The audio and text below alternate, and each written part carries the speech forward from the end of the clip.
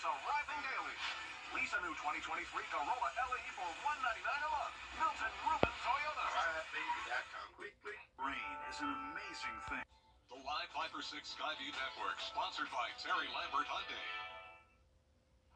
After a very rainy end to the weekend, we had beautiful sunshine today. Winds are breezy, but they're settling down tonight with temperatures dropping into the 20s for your Tuesday morning. And we're also tracking some rain and storms for Wednesday. I'll have all those details coming right up. Now on News Channel 6 at 6, the murder trial of former attorney Alex Murdaugh is underway. We'll hear from people in the town of Wjbf about the incoming media frenzy. Plus, a protest turning violent in Atlanta, how Georgia lawmakers are responding to the chaos. And Augusta's mayor in the White House, will hear from Garnett Johnson about his visit to the Capitol as your News at 6 continues. Live from Television Park, this is Wjbf News Channel 6 at 6. Good evening, everyone. I'm Jenny Montgomery. Thanks so much for joining us. Coverage you can count on begins with jury selection in the murder trial of former South Carolina attorney Alex Murdaugh officially underway. Murdaugh is accused of killing his wife and son in 2021. Prosecutors say he killed them to cover up numerous financial crimes. The trial is being held in Wjbf, South Carolina, and people there say while the reason people are coming to town is sad, they hope to provide them with some hospitality. It's a small town, but it's very friendly town. I'm very impressed because I'm rude. I'm typical Italian rudeness, you know. But Wjbf is very, very good friend, good people. Jury selection is expected to continue for the next few days. Over the weekend, a protest in Atlanta turned violent. This was the scene Saturday night when demonstrators threw rocks and lit fireworks outside the Atlanta Police Foundation. A police cruiser was torched and other buildings were vandalized.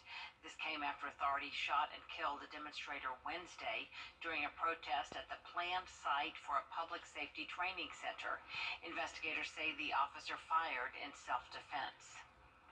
My message is simple to those who seek to continue this type of criminal behavior. We will find you and we will arrest you and you will be held accountable. Every citizen of this city should know that where criminals should arrive inside of Atlanta, Georgia, they will be met by their police department. 7 people were arrested. They were all charged with domestic terrorism, and other charges are pending. After those protests, state lawmakers say public safety and crime is a top priority this legislative session. Some issues include gun control, human trafficking, and gang activity. Lawmakers say making common-sense gun laws will reduce gun violence and shootings. They also believe police officers and first responders need to be adequately trained in handling mental health issues to de-escalate situations. We all want to live in a safe community. Every single person in this General Assembly, whether they are a Democrat or a Republican, wants to live in a safe community. Is how are we going to support our law enforcement? Because again, just like education, law enforcement is having phenomenally a difficult time with attracting and retaining qualified officers. Part of that effort also includes a joint commitment from the Attorney General's office and the GBI to dedicate resources and budget for tackling gang problems in the state. Meteorologist Jenna Petracci joins us now. It's time for a check of the forecast. Well, Jenny, it's been a beautiful Monday, widespread sunshine across the CSRA, and now the sun is beginning to set. Here's our Terry Lambert Hyundai Skyview cam over at the airport. Temperatures are in the upper 40s through low 50s, feeling very chilly outside, only 49 in Augusta, 47 in Aiken, 51 in Millen, Swainsboro at 50 degrees, Gibson at 48 and 48 as well in Washington, 51 in Waynesboro. So it's been a below average temperature day, but actually a little bit warmer than this time yesterday. The rain and the clouds on Sunday kept us much cooler. So we've been dealing with some pretty chilly temperatures over the last several days. Dew points are also pretty low, upper 20s through low 30s. So we have dry air mass taking over the area now. But since we had a cold front passage yesterday, very breezy conditions are coming in behind it. So 21-mile-per-hour wind gusts in Louisville, just 9-mile-per-hour winds in Waynesboro, 8 in Millen. So they are beginning to settle down now that the sun is setting. So the cold front is all the way out to sea now with high pressure to our west. Notice no clouds or rain across the southeast, so it will be a beautiful Tuesday as well. The rest of this evening, the clear skies with temperatures dropping into the upper 30s by 9 p.m. Winds only at 5 miles per hour. So it's going to be a very freezing start to our Tuesday morning. Only 26 degrees, climbing to 49 by noon. Nice and sunny, though, in the afternoon and back to those mid-50s. Now, we are getting ready for some rain to move in on Wednesday morning, and there's also a risk of severe weather. So coming up, I'll have a look at your futurecasts and everything you can prepare for. But back to you, Jenny. All right, thank you so much, Jenna. Mayor Garnett Johnson is back in Augusta after a meeting of the U.S. Conference of Mayors in Washington, D.C. last week. Tiffany Hobbs met with him to talk about the experience and his plans for the city. Mayor Johnson's visit to Washington was filled with meetings, and most notably, he tells me, a wealth of examples in what he plans for Augusta.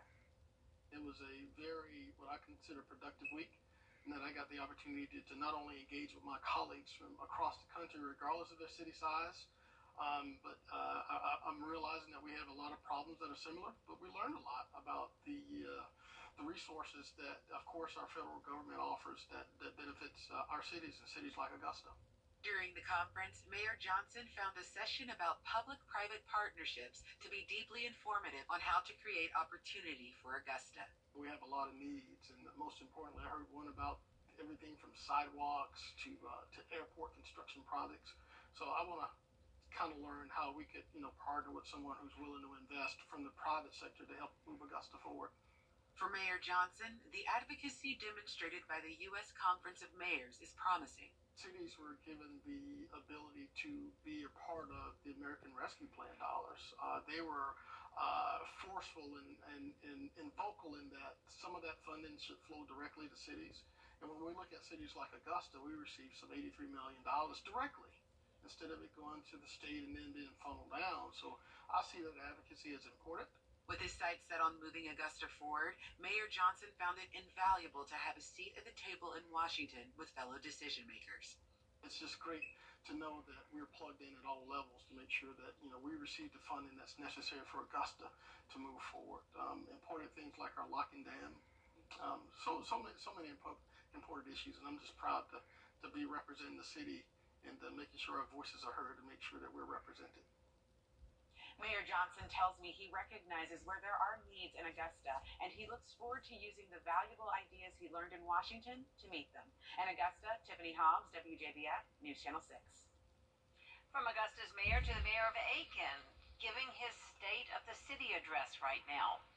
Let's take a look as Rick Osmond is laying out his plan. Check every time I pot a gun. And federal investigators will likely help local authorities determine whether or not the shooter obtained his weapons legally or illegally. Reporting in Washington, I'm Trevor Shirley. And Jenna has stepped over to the desk now with a check of the forecast. Well, Jenny, it's been a chilly day. Chilly temperatures will be around the majority of this week, but notice the warm up on Wednesday. As usual, when we have the warmer temperatures, we also have the chance of storms. So coming up, I'll have a look at that. Stay with us. It's a brand new year. Time to start with Milton Ruben Toyota. Oh, yeah. Fresh inventory is arriving daily. Lease a new 2023 Camry LE for $269 a month. Milton Ruben Toyota. Right, baby, that come quickly.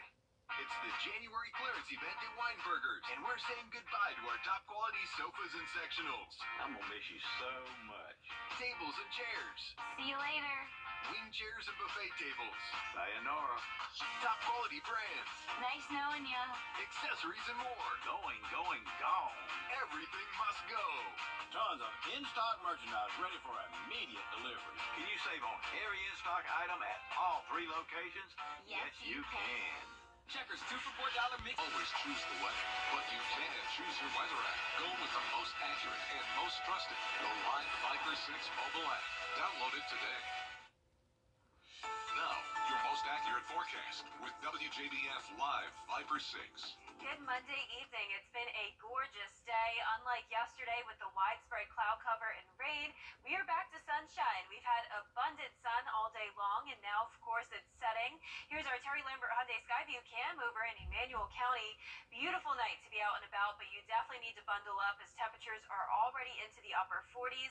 It's also very breezy outside with a northwest wind of 13 miles per hour, making it feel 5 degrees colder than the actual air temperature, feeling like 44 right now in Augusta. So definitely keep that in mind if you're headed out late tonight. We're seeing a lot of mid to upper 40s in our western counties and our northern counties. 46 in Lincoln, 47 in McCormick, Edgefield. You're at 45, 50 in Barnwell, 50 as well in Millen, and 53 in Sylvania. A little bit warmer towards the south with northwest winds for everyone going around 5 to 10 miles per hour. So it was a very windy day, but now they're beginning to settle down.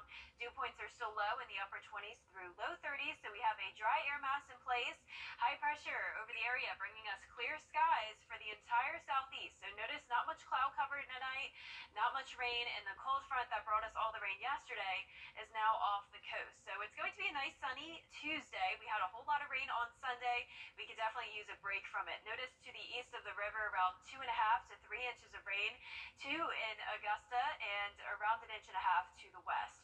Our day planner tomorrow starting out very cold at only 26 degrees, a lot of sunshine, but only making it into the mid-50s once again in the afternoon. So starting out well below freezing for your Tuesday. A couple other mornings this week below freezing as well, such as Friday and Saturday. But Tuesday will be dry. Then we will have our rain chances go way up on Wednesday, especially in the late afternoon. That's where we're expecting widespread rain with some heavy downpours and some thunderstorms. So right now that high pressure is taking over the area. It'll be sunny throughout the day Tuesday with clouds moving in late in the evening and possibly some showers overnight. But here's the line coming in ahead of the cold front, 12 o'clock on Wednesday. We're going to be in the warm sector of the system, and that's why we'll have the chance of some severe weather throughout the late morning and early afternoon. So let's bring things closer to home now. 7 a.m. That's when we'll see this batch of rain come in from the west. Definitely some gusty wind potential here, along with heavy downpours, bringing up to around 3 inches of rain. By 2 o'clock, very widespread coverage. And I do think this will mostly be over with around 6 o'clock. Our model here is showing things lasting south of I-20 till around 10, but I do think this will be a little bit of a faster moving system than what it's picking up on. But tomorrow, an enhanced risk of severe weather along the Gulf Coast. For us on Wednesday, just a marginal risk, but there is the possibility this could be changed to a slight risk. So we'll keep you updated on that throughout the week. But for tonight, no rain to worry about. It will just be very cold, mid to upper 20s. And for tomorrow, only making it into the mid-50s. So another below average day. Once again, that rain will be on Wednesday, starting in the morning. Back to sunshine to end the week with more clouds coming in Sunday into next week with a lot of rain as we go into that first week of February. And congratulations to today's umbrella winner. That's Bridget Kendrick from Augusta, Georgia. Bridget has won a Viper 6 umbrella. You can pick that up at the station, and you watching at home can sign up to win on Wjbf.com. Oh, great. Thank you, Jenna. Coming up, another award for Georgia's Stetson Bennett, and a pair of local players will meet in the NFL's AFC Championship game. Sports is next.